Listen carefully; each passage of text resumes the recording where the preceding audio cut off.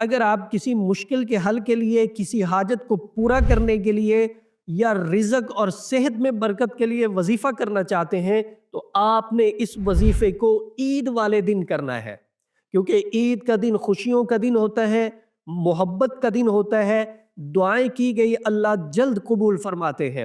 آپ نے کیا کرنا ہے؟ سب سے پہلے تو فجر کی نماز ادا کرنی ہے۔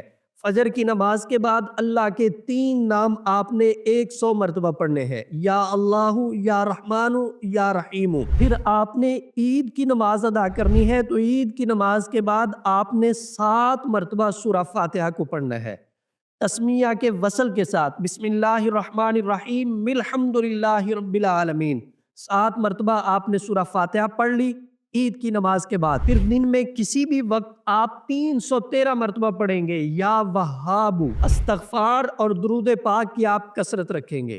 یہ ایک مختصر سا عمل ہے جو آپ نے عید والے دن کرنا ہے۔ آپ کی کوئی حاجت ہے تو اللہ پوری کر دیں گے، آپ کسی مشکل میں پھنسے ہوئے ہیں اللہ آپ کو مشکل سے نکال دیں گے، اور اگر آپ کو رزق اور صحت کے معاملات درپیش ہے تو اللہ اس عمل کی برکت سے رزق کے معاملات کو بھی حل فرما دیں گے اور بیماریوں سے بھی اللہ نجات عطا فرما دیں گے۔ ناراضگیاں ہیں تو آپ نے ان ناراضگیوں کو دور کرنا ہے، محبت بانٹنی ہے، ایک دوسرے کو معاف کرنا ہے، اور ضرورت مندوں کی ضرورت کو آپ نے اس دن کے اندر پورا کرنا ہے۔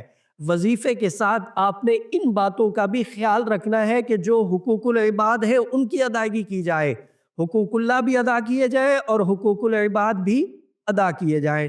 اللہ ہم سب کا حامی و ناصر ہو۔ آپ شفاء الدہر روحانی مرکز کی واٹس ایپ نمبر پر دنیا بھر سے رابطہ کر سکتے ہیں۔ مفتی محمد احمد شہباز صاحب سے آڈیو میسج میں اپنا مسئلہ بیان کریں اور فوری اپنے مسائل کا حل معلوم کریں۔ ہمارا واٹس ایپ نمبر ہے +92 300 488 386۔ شفاء الدہر روحانی مرکز، روحانی مسائل کا حل قرآن و سنت سے۔